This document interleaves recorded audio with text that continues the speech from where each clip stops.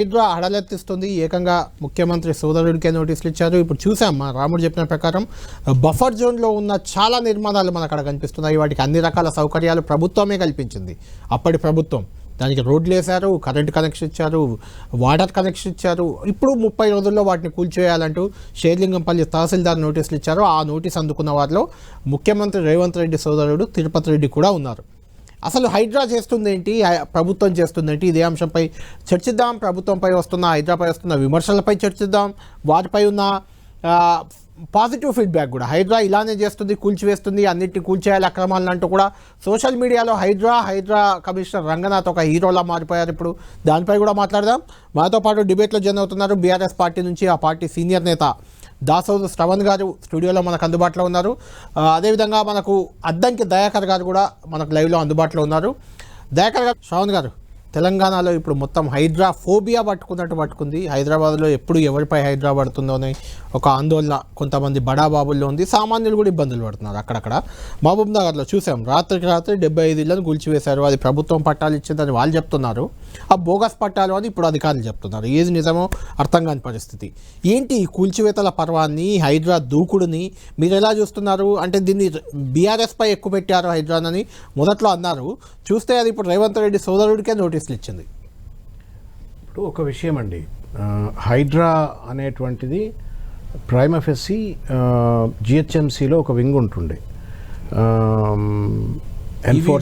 EVDM enforcement of vigilance and disaster management అని చెప్పని దాన్ని టైటిల్ మార్చేసి వీళ్ళు హైడ్రా అని చెప్పని చూడాలి. అది ఎందుకంటే గైడ్ లైన్స్ ఎలా me to complete because I'm coming to that. Guide lines మీరు చూడలే, నేను చూడలేదు. ఐ డోంట్ థింక్ ఎనీబడి 99 ఏమున్నా తగలబడన్లా. జీవో నెంబర్ చదువురు, జీవో నెంబర్ 99 చదువురు ఒకసారి తీసి ఏమున్నదల్లా బంక చెక్కలు అందులో మన డీటెయిల్స్ ఉన్నాయా, పాలసీ డీటెయిల్స్ ఉన్నాయేమన్నా? ఒకటి. రెండోది ఏంటంటే దానికి సంబంధించి ఇంతవరకు కూడా పాలసీ లేదు, గైడ్ లైన్స్ లేవు, ఆపరేషనల్ ప్రోటోకాల్స్ లేవు, ఏమి లేవు. దాని ఒక హైడ్రామా లెక్క రంగనాథ్ గారు, రేవంత్ రెడ్డి గారు ఇద్దరు ఆర్లు కలిసి ఒక రణరంగం చేస్తూ ఉన్నారు తెలంగాణలో. ఇది స్పష్టంగా కనబడుతూ ఉంది. I'm of the strong view. నేనే మా సోదరుడు దయాకర్ గారికి కూడా తెలుసు, 2018లో నేను manifesto, Congress party word to word manifesto రాసినవాడు నేను. దాంట్లో రాసినాం, ఇన్ఫ్యాక్ట్ ఇప్పుడు కూడా ఉంటుంది 2018 మేనిఫెస్టో. కనుక జిహెచ్ఎంసీ ఎన్నికల సందర్భంలో మరిశేషర్ రెడ్డి గారు, నేను అందరం కలిసి రాసిన మేనిఫెస్టోలో ఒక ప్రత్యేకమైన లేక్ ప్రొటెక్షన్ అథారిటీని కాన్స్టిట్యూట్ చేయాలా, హైదరాబాద్ చుట్టుపక్కల ఉన్నటువంటి ఒక లేక్లను కాపాడాలని చెప్పని. మీరు అథారిటీ మంచిదే. నేనేమంటున్నానంటే సార్, ఒక విషయం చెప్తా ఉన్నాను. రేవంత్ రెడ్డి గారికి అర్థం కావనిది రంగనాథ్ గారు అర్థం చేసుకోవాల్సింది ఏంటి అని అంటే, they are bound by the constitution. Correct. They are bound by the constitution. They are bound by a standard law and order that can even be sustained under a judicial scrutiny. ఇవాళ అది లేకుండా వాళ్ళు వ్యవహరిస్తూ ఉన్నారు అనేటువంటి స్పష్టంగా కనబడతా ఉంది. నేను 2-3 సూటైన ప్రశ్నలు నేను అడుగుతా ఉన్నాను.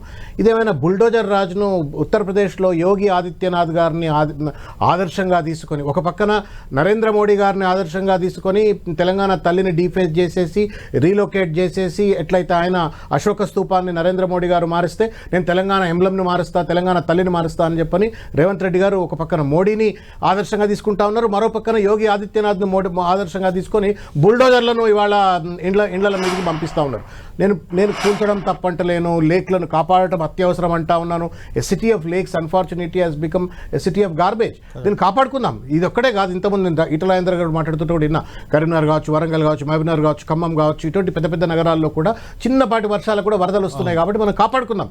కానీ ఒక లాంగ్ టర్మ్ సస్టైనబుల్ మోడల్ని ఇంప్లిమెంట్ చేయాలి తప్ప ఏదో సెన్సేషన్ కోసము, సినిమాటిక్స్ కోసము, డ్రామాటిక్స్ కోసము, థియేట్రిక్స్ కోసం చేస్తున్నా అంటే మాత్రం అన్యాయం. ఇంకొకటి, ఇది రంగనాథ్ సొంత వ్యవహారం కాదు, రేవంత్ రెడ్డి గారి సొంత వ్యవహారం కాదు. భవిష్యత్ తరాలు మనం చచ్చిపోయిన తర్వాత కూడా ఒక 100 సంవత్సరాల పాటు ఉండేటువంటి ఒక జనాలకు సంబంధించిన అంశం కాబట్టి దీనికి ఒక రాజ్యాంగ నిబద్ధత ఉంటుంది. రాచరికంలో రాజ్యాంగం లేదు, కానీ ప్రజాస్వామ్య వ్యవస్థలో రాజ్యాంగ నిబద్ధత ఉండాలి. నేను సూటిగా అడుగుతాను, ఉన్నా, పాలసీ ఏముంది చెప్పండి నాకు ఇంతవరకు. ఒక కాంప్రహెన్సివ్ పాలసీని ఏమైనా మీరు అసెంబ్లీలో కానీ లేకపోతే ఇవాళ చాలామంది లేక్ ప్రొటెక్షన్లో పనిచేసినటువంటి ఒక స్టేక్ హోల్డర్స్ ఉన్నారు, వాళ్ళతో ఏమైనా చర్చ చేసినారా అంటే లేదు. పాలసీ అయితే నాకు కనబడతలేదు, దేవులాడుతా ఉన్నా వెబ్సైట్లో ఎక్కడన్నా పాలసీ లేదు. కానీ ఒక 9 ప్రశ్నలు నన్ను అడగనియండి, ఎందుకంటే రంగనాథ్ గారు చూస్తుండొచ్చు, రేవంత్ రెడ్డి గారికి కూడా ఆయన చెవులు ఎవరో ఎక్కిస్తారు కాబట్టి వినాలని కోరుతున్నాం. పాలసీ ఉందా? పాలసీ లేదు. మీరు ఎవరితో చర్చ చేసినరా? చర్చ చేయలేదు. రెండవది, మీకు ఇంతవరకు ఆపరేషనల్ గైడ్ లైన్స్ ఏమైనా స్పెసిఫిక్ గైడ్ లైన్స్ ఉన్నాయా? రంగనాథ్ గారికి తెలిస్తే సరిపోదు, అది ప్రజలకు తెలియాలా, స్టేక్ హోల్డర్స్ అందరికీ తెలియాలా, ఎన్క్రోచ్ అయిన వాళ్ళకు కూడా తెలియాలా, అది తెలియదు. మూడోది ఏంటి అని అంటే, ఇంతవరకు కూడా ఈ గైడ్ లైన్స్ ఒకవేళ ఉన్నట్టయితే పబ్లిక్ డొమైన్లో ఎందుకు లేవని నేను అడుగుతా ఉన్నాను. 4వ ప్రశ్న నేను ఏమడుగుతా ఉన్నానంటే, మీరు చర్య చేపట్టే ముందు ఒక కాంప్రహెన్సివ్నెస్ ఉండాలా, ఒక సస్టైనబుల్ మోడల్ అనేది ఉండాలి. ఇంతవరకు ఎన్ని చెరువులు కబ్జా కాబడ్డాయి అని చెప్పని డేటా ఏమైనా పబ్లిక్ డొమైన్లో మీరు పెట్టారా? పెట్టలేదు. ఒక్కొక్క చెరువు ఎంతవరకు కబ్జా కాబడ్డది అని చెప్పని 50%, 60%, 30% అని చెప్పని ఎంక్రోచ్ అయింది అని చెప్పని డేటా పబ్లిక్ డొమైన్లో పెట్టారా? పెట్టలేదు. వాటి మ్యాప్స్ పబ్లిక్ డొమైన్లో పెట్టారా? పెట్టలేదు. ఒక్కో చెరువులో ఎవరెవరు కబ్జా చేసినారు, ఎంతమంది కబ్జా చేసినారు అని చెప్పని ఏమైనా ఐడెంటిఫై చేసి పబ్లిక్ డొమైన్లో పెట్టారా? పెట్టలేదు. నోటీసులు ఏమైనా ఇచ్చినారా? దానికి సంబంధించిన ఇన్ఫర్మేషన్ ఏమైనా పబ్లిక్ డొమైన్లో పెట్టారా? అది లేదు. మొత్తం కమ్యూనిటీ ఇన్వాల్వ్మెంట్ లేదు దీంట్లో. ఇష్టం వచ్చినట్టు సెలెక్టివ్గా నేను నాగార్జునని పట్టుకుంటా, తిరుపతి రెడ్డికి నోటీసులు ఇస్తా, లేకపోతే ఇంకొక దగ్గర చేస్తా, సెన్సేషన్ చేయాలనే ప్రయత్నం చేస్తూ ఉన్నారు. ప్రజలను నేనేదో హీరోయిక్గా, నేనేదో సినిమాటిక్గా హీరోయిక్గా వ్యవహరిస్తున్నా అన్నటువంటి ఒక రీతిలో అటు రంగనాథ్ గారు వ్యవహరించినా తప్పే అవుతుంది, లేకపోతే రేవంత్ రెడ్డి గారు వ్యవహరించినా తప్పు అవుతుంది. I'm only appeal to him. నువ్వు ఒక కాన్స్టిట్యూషనల్ హెడ్ పోయి, నువ్వు ఒక కాన్స్టిట్యూషనల్ కుర్చీ పెట్టుకున్నట్టు ఒక ఐపీఎస్ ఆఫీసర్, మీ ఇద్దరు కూడా రాజ్యాంగానికి లోబడి పనిచేయాలా. తర్వాత ఒక time tested established constitutional statutory law and order ప్రొసీజర్స్ను మీరు అమలు పరుస్తూ చేయమంటే ఇలా మహబూబ్నగర్లో ఏందండి పరిస్థితి? ఏంది మహబూబ్నగర్లో పరిస్థితి? అలా గుడ్డోళ్ళు, కుంటోళ్ళు, పాపం పేదోళ్ళు అందరిపైన మీరు దాడి చేస్తూ ఉన్నారు. వాళ్ళు మొత్తుకుంటున్నారు మాకు పట్టాలు ఉన్నాయి, మాకు పర్మిషన్లు ఉన్నాయి అని చెప్పని. మీరు నేను కూల్చొద్దు అంటలేను, చెరువులను కాపాడాలంటున్నా. నేనే రాసిన 2020 మేనిఫెస్టోలో, జిహెచ్ఎంసీ మేనిఫెస్టోలో, lake protection authority will be constituted by the Congress if it comes to power అని చెప్పని చెయ్యండి. కానీ రాజ్యాంగబద్ధంగా చేయండి. రేవంత్ రెడ్డి బద్ధంగా చేయకండి. రేవంత్ రెడ్డి బద్ధంగా బదులు రాజ్యాంగబద్ధంగా చేయండి అని కోరుకుంటా ఉన్నాను. రైట్. అంటే ఇంకొక క్వశ్చన్ మీకే, ఇప్పుడు రేవంత్ రెడ్డి సొంత సోదరుడికే నోటీసులు ఇచ్చినా మీకు నమ్మకం కుదరట్లేదా వాళ్ళ పైన, వాళ్ళు చేసే ప్రాసెస్ పైన? సినిమా డైలాగులు. ఇప్పుడు నేను ఇంకోటి చెప్తున్నా, రేవంత్ రెడ్డి గారికి కబ్జాలు, భూములు కాపాడాలని చిత్తశుద్ధి ఉంటే చాలామంది అంటుంటారు, మా దయాకర్ గారికి కొంచెం గొప్ప తెలిసి ఉంటుంది. ఇప్పుడు ఆయన Malkajgiri parliament office Jubilee Hills cooperative సొసైటీలో ఉంటుంది. ఆ భూమి లెక్కల పేపర్లను బయట పెట్టమని ఫస్ట్ మా రేవంత్ రెడ్డి గారిని, మా సోదరుడిని నేనేం కోరుతున్నా అంటే, మా ముఖ్యమంత్రి గారిని, మీరు చిత్తశుద్ధిగా ఉండాలనుకుంటున్నారు కదా, మీ తమ్ముడికి మీ అన్నకి నోటీస్ ఇచ్చారు కదా, వెల్కమ్, ఐఎమ్ సెల్యూటింగ్ యూ. నీ జూబ్లీహిల్స్లో నీ మల్కాజ్గిరి పార్లమెంట్ ఆఫీస్ పేపర్లు కూడా మీరు పబ్లిక్ డొమైన్లో పెట్టరి. ఎట్లొచ్చిందని మీరు జూబ్లీహిల్స్ కోఆపరేటివ్ ముఖ్యమంత్రి గారు కదా, మీరు జూబ్లీహిల్స్ కోఆపరేటివ్ సొసైటీలో ఉన్నటువంటి ఒక అన్యాక్రాంతమైనటువంటి ఒక భూములు, కబ్జాలకు గురైన ఒక భూములు, దాని లెక్కలు మొత్తం ఎంక్వైరీ కాన్స్టిట్యూట్ చేయండి. మీరు ఒక జ్యుడిషియల్ ఆఫీసర్ తోటి ఎంక్వైరీ కాన్స్టిట్యూట్ చేయండి. మీరు కాళేశ్వరం మీద చేస్తారు, ఎలక్ట్రిసిటీ మీద అని చెప్పని చేస్తారు, జూబ్లీహిల్స్ కోఆపరేటివ్ సొసైటీ మీద చేయండి. మొత్తం అన్యాక్రాంతమైన భూములు అవి, బంజర్ల భూములు అన్ని కూడా ఇష్టం వచ్చినట్టు పెద్ద పెద్ద వాళ్ళు దోచుకపోయినారు, వాటి మీద చేయండి. మరి దయాకర్ గారు, శ్రావణ్ గారు చెప్పిన పాయింట్లు అర్థమయ్యాయి కదా. రాజ్యాంగబద్ధంగా జరగట్లేదు ఈ చర్యలు. హైడ్రా ఒక హైడ్రామా చేస్తుంది, ఇష్టారాజ్యంగా తమకు తోచినట్టు కూల్చివేతలు చేస్తుంది. పేదలను హైడ్రాను చూసి జిల్లాలకు వ్యాపించింది. జిల్లాలో రెవెన్యూ అధికారులు కూడా కూల్చివేతలు మొదలుపెట్టారు. ఇదంతా కొంత గందరగోళ పరిస్థితికి దారితీసినట్టు మీకు ఏమనిపించట్లేదా దయాకర్ గారు? గుడ్ ఈవినింగ్ కళ్యాణ్ గారు, పెద్దలు శ్రవణ్ గారికి నమస్కారం. ఇంకెవరైనా బీజేపీ వస్తే వాళ్ళకి కూడా. కానీ ఇప్పుడు ఈ చర్చ ఏమంటాం జరగడం వల్ల ఎన్ని వ్యాలిడ్ పాయింట్స్ వస్తున్నాయి. ఇప్పుడు బీఆర్ఎస్ వాదన కానీ, బీజేపీ వాదన కానీ, ఇతర కమ్యూనిస్ట్ పార్టీల వాదన కానీ అన్నింటినీ కూడా క్రోడీకరించుకుంటే రేపు మనం హౌస్ పెట్టుకున్నాక ఆర్డినెన్సో పాలసీ మేకింగ్ కోసం చట్టము తెచ్చుకోవచ్చు కదా. అంటే దయాకర్ గారు ఇది రివర్స్ ఉంది. ఒక్క నిమిషం, రోగం వచ్చిన తర్వాత ట్రీట్మెంట్ ఇవ్వాలి, ట్రీట్మెంట్ ఇచ్చినాక రోగం రాదు కదా. ఇది ముందు చర్చించి తర్వాత పాలసీ పెట్టాలి. మీరు ఇప్పుడు ఏంది కూల్చేసి తర్వాత చర్చిద్దామంటారేంటి? ఇప్పుడు ఇది ముదిరింది బాగా, ఇది కొత్తదేం కాదు, ఇది పాతది. ఇప్పుడు చట్టాలంటే ఇప్పుడు చెరువుల పరిరక్షణ కోసం ఒక చట్టం ఉంది, మూసీ పరిరక్షణ కొరకు ఒక చట్టం ఉంది, హైదరాబాద్ రోడ్ల కోసం ఒక చట్టం ఉంది.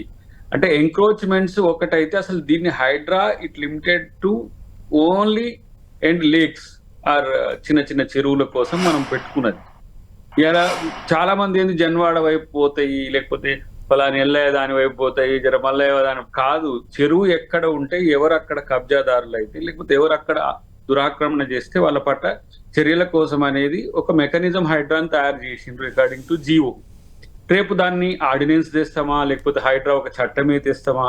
ఇప్పుడు హైడ్రా అనేసరికి మొత్తం అలజడి వస్తున్న పరిస్థితి ఎందుకు వచ్చింది అని అంటే, కొంతమంది దాంట్లో పేదలు మధ్యతరగతి వాళ్ళు తెలియక, చట్టాల గురించి తెలియక, మోసగాల చేతిలో మోసపోయి, లేదంటే రియల్ ఎస్టేట్ లో కొంత ఎవరో అటు ఇటు అవగాహన లేని పరిస్థితుల్లో కట్టిన కట్టడాల్లో ఎవరైతే అపార్ట్మెంట్స్ ఇండ్లో కొనుక్కున్నారో వాళ్ళు ఇప్పుడు సమస్యలు ఎదుర్కొంటారో భయపడుతున్నారు. మీరు ఏం భయపడాల్సిన అవసరం లేదు.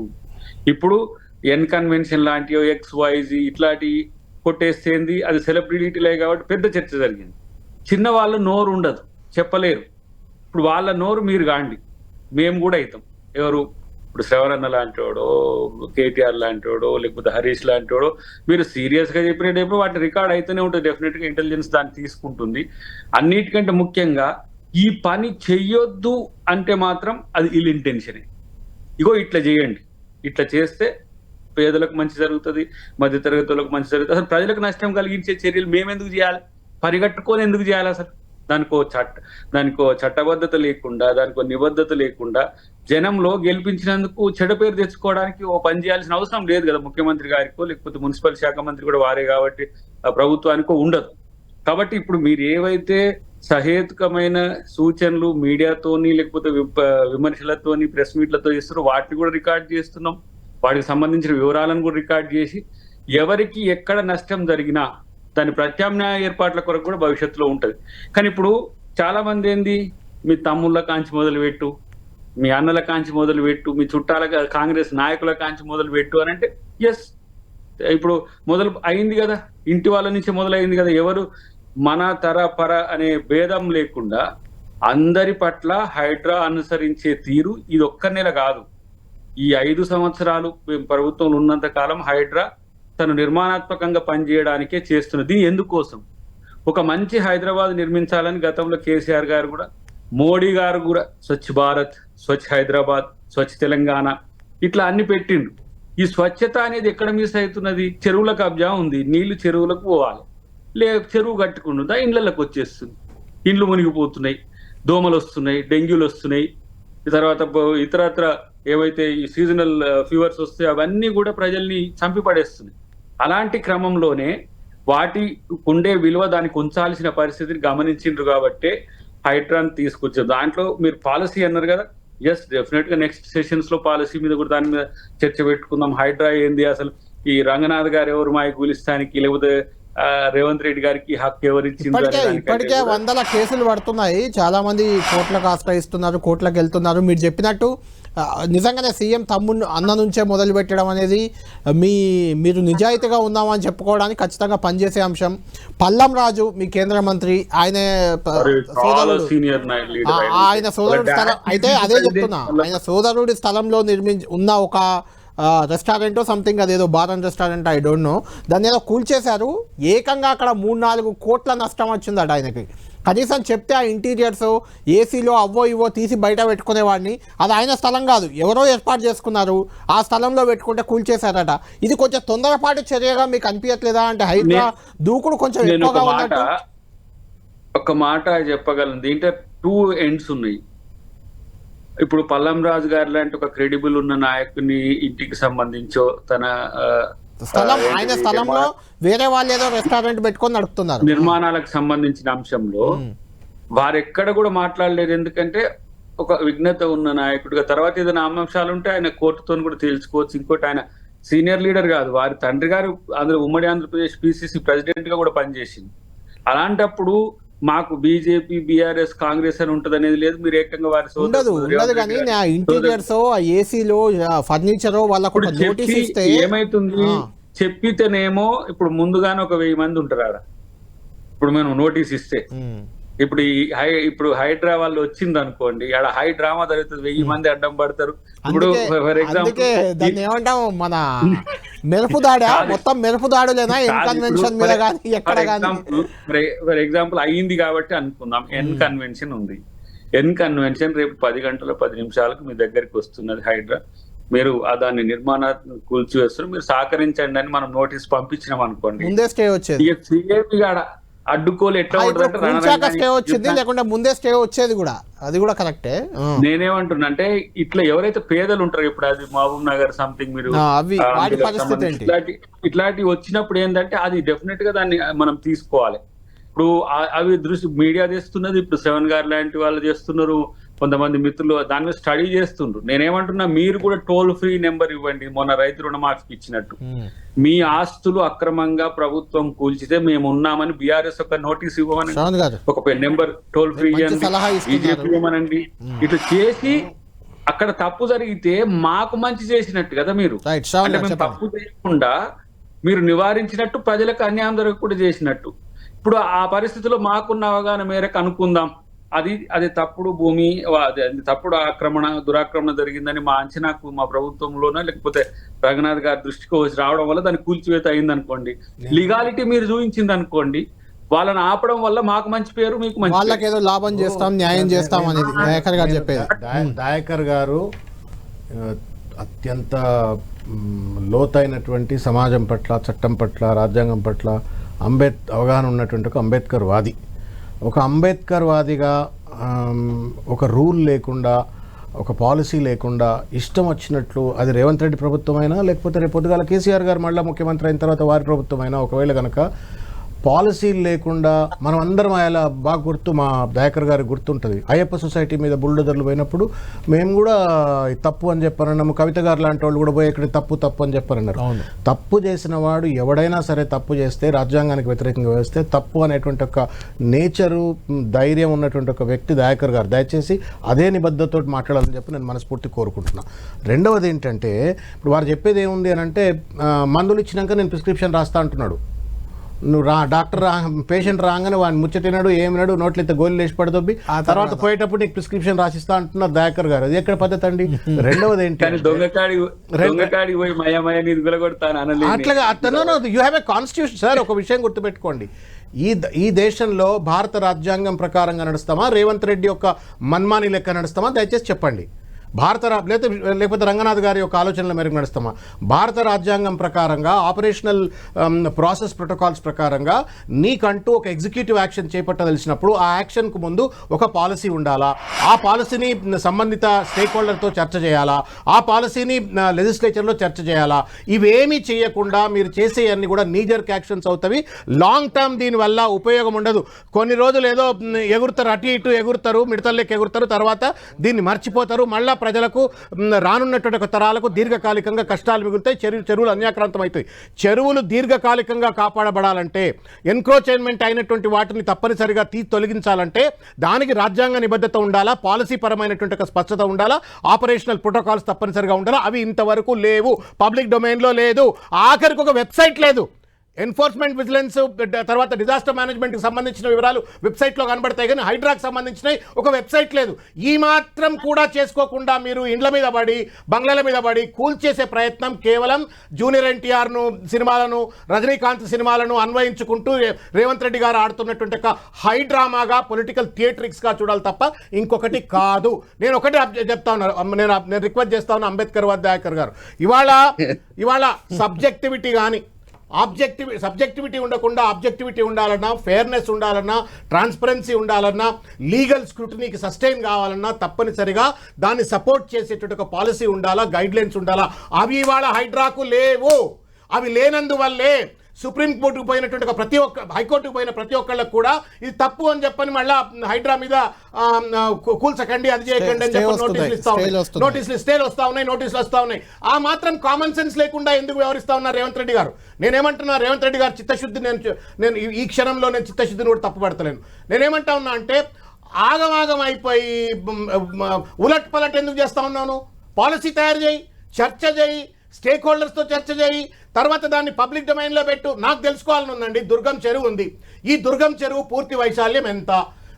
ఉండవలసిన వైశాల్యం ఎంత, ఇప్పుడున్న వైశాల్యం ఎంత, అందులో ఎన్క్రోచ్ కాబట్టేటువంటి ఒక ఇండ్ల సంఖ్య ఎన్ని, ఎవడెవడి ఇండ్లు ఉన్నాయి అందులో, లేకపోతే గండిపేట ఎంత ఉండాలా, ఎంత ఉంది, ఎన్ని ఇండ్లు అనేక్రాంతమైనవి, ఎన్ని ఫామ్ హౌస్లు ఉన్నాయి చెప్పండి, పబ్లిక్ డొమైన్ లో పెట్టండి.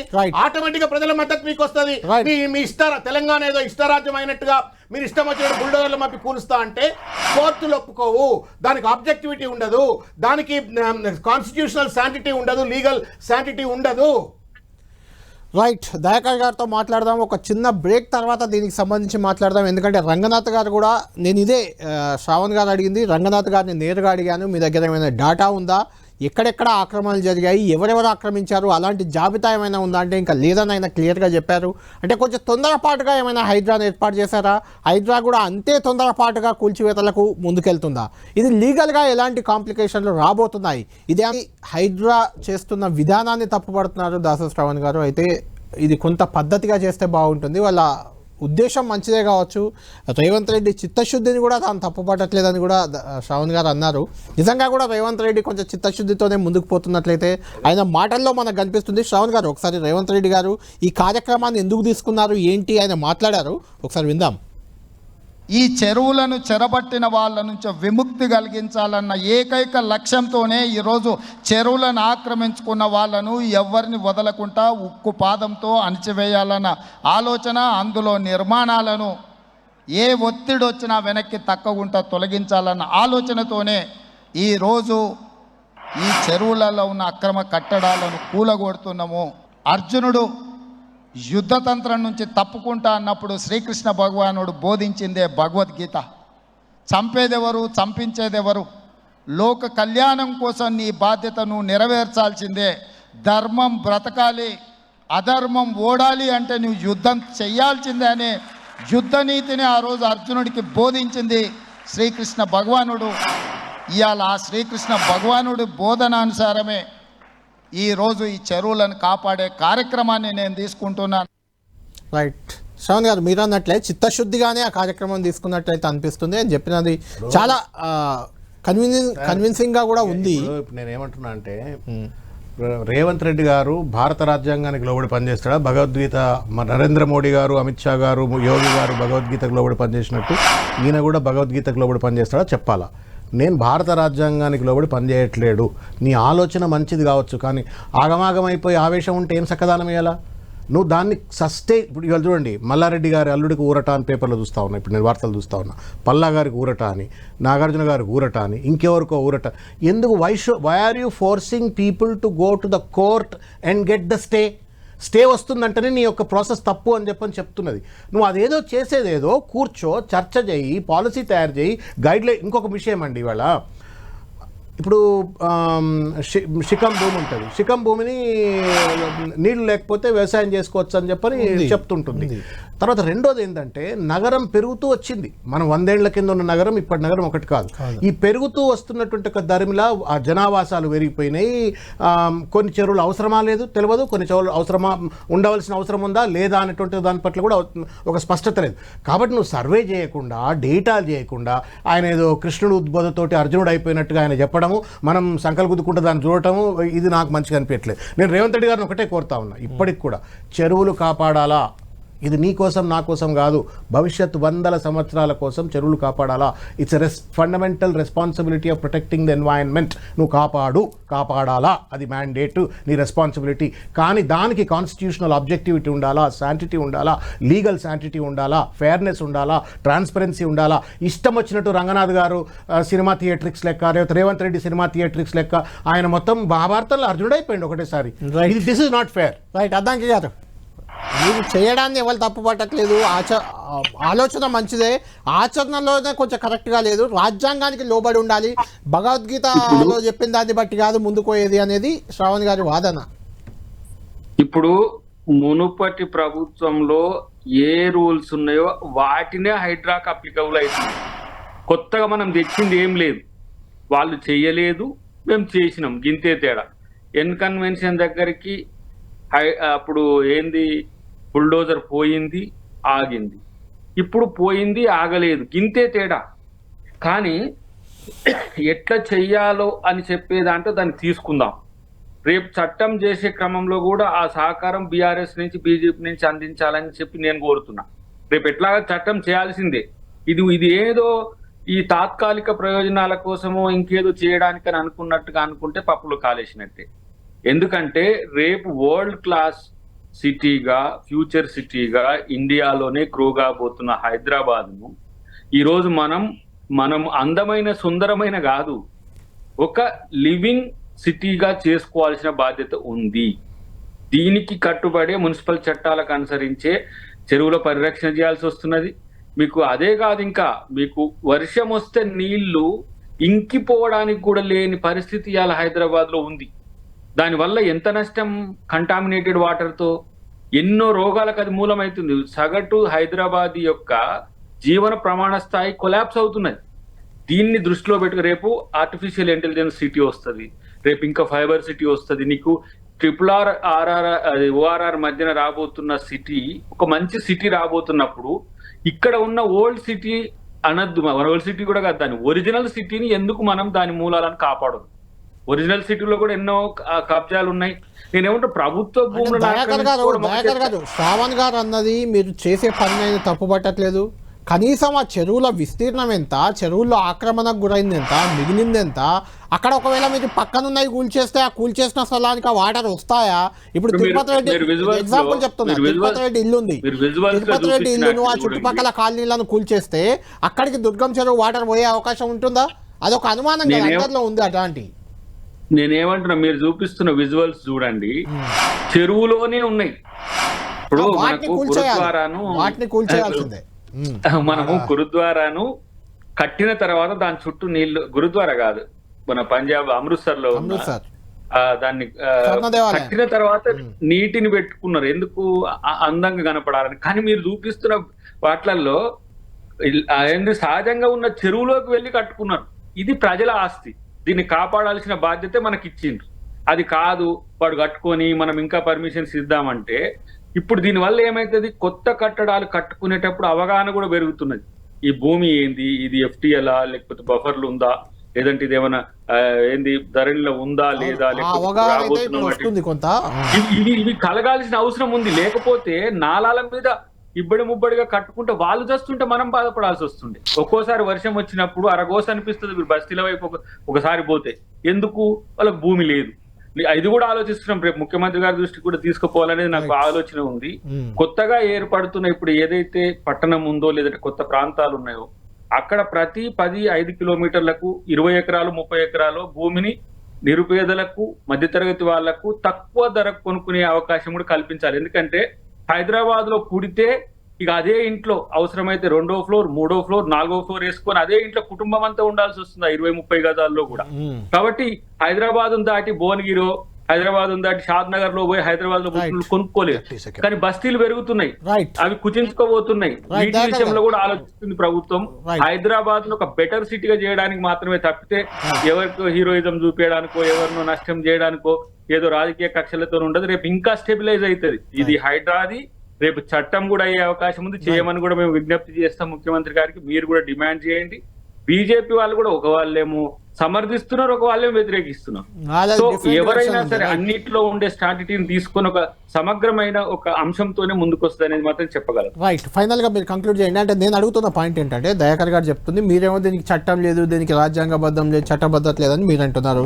దయాకర్ గారు చెప్తుందంటే GHMC చట్టం ఉంది, మున్సిపల్ చట్టం ఉంది, వాల్టా చట్టాలు ఉన్నాయి, ఆ చట్టాలకు లోబడి పనిచేస్తుంది అనేది దయాకర్ గారి వాదన. సరే, ఇప్పుడు ఎవరి వాదన ఎట్లున్నా కానీ నిర్దిష్టంగా నేను ఒకటే ప్రశ్న అడుగుతా ఉన్నా. మీరు ఒక పెద్ద చర్య, ఇంత పెద్ద చర్య చేపడుతున్నప్పుడు దీన్ని ఆదర్శంగా తీసుకొని మిగతా తెలంగాణలో ఉన్న నగరాలకు కూడా ఈ కూల్చివేతల పరంపర చేపడుతున్నప్పుడు ఉత్తరప్రదేశ్లో యోగి ఆదిత్యనాథ్ లెక్క బుల్డోజర్ రాజ్యాన్ని తెలంగాణలో రేవంత్ రెడ్డి గారు రాజ్యాంగాన్ని తుంగల తొక్కుతూ అమలు చేయటం అనేటువంటిది నేరం. నెంబర్ 1. నెంబర్ 2, చెరువులను కాపాడాలా. గత ప్రభుత్వం కూడా KTR గారు మున్సిపల్ శాఖ మంత్రి ఉన్నప్పుడు అనేక చెరువులను కాపాడే ప్రయత్నం చేసిండ్రు, దానికి ఫెన్సింగ్లు పెట్టిండ్రు. అరవింద్ కుమార్ గారు HMD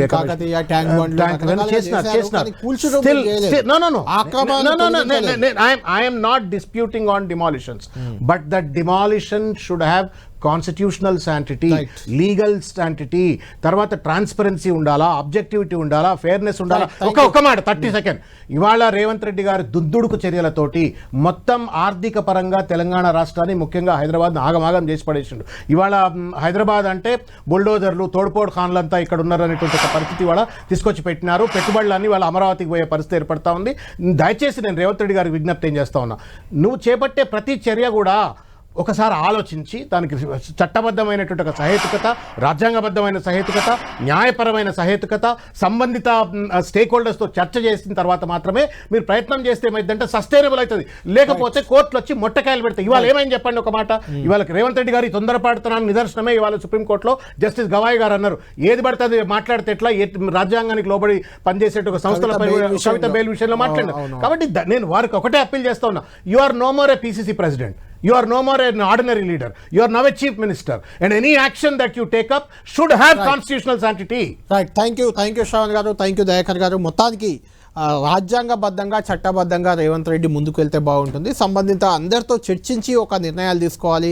హైడ్రాక్ కూడా చట్టబద్ధత కల్పించాలి, అసెంబ్లీలో చర్చించాలి అని ఒక డిమాండ్ మాత్రం బీఆర్ఎస్ఏ కాదు బీజేపీ నుంచి కూడా వినిపిస్తుంది. అదే సమయంలో సామాన్యులకు గతంలో ప్రభుత్వమే పట్టాలు ఇచ్చి ఇప్పుడు కూల్చే పని పెట్టుకుంది. అలాంటి విషయంలో కొంత వెనుక ముందు చూడాల్సిన అవసరం ఉందనే అభిప్రాయాలు కూడా సామాన్యుల నుంచి వ్యక్తమవుతున్నాయి. చెరువులను రక్షించడాన్ని ఎవ్వరూ తప్పు పట్టట్లేదు. 10 టీవీ కూడా చెరువులను రక్షించడానికి ఖచ్చితంగా ఆ హైడ్రా వ్యవస్థకు కానీ ప్రభుత్వానికి కానీ కావాల్సిన సహకారాన్ని అందిస్తుంది ఖచ్చితంగా. అయితే పేదలను ఇబ్బంది పెడితే మాత్రం ఖచ్చితంగా మీడియా కానీ మిగిలిన ప్రతిపక్షాలు కానీ కొంత రివోల్ట్ అయ్యే అవకాశం అయితే కనిపిస్తుంది. దాన్ని ఎలా ఎదుర్కొని హైడ్రా ముందుకు పోతుంది వేచి చూడాలి. ఇది ప్రైమ్ టైం డిబేట్.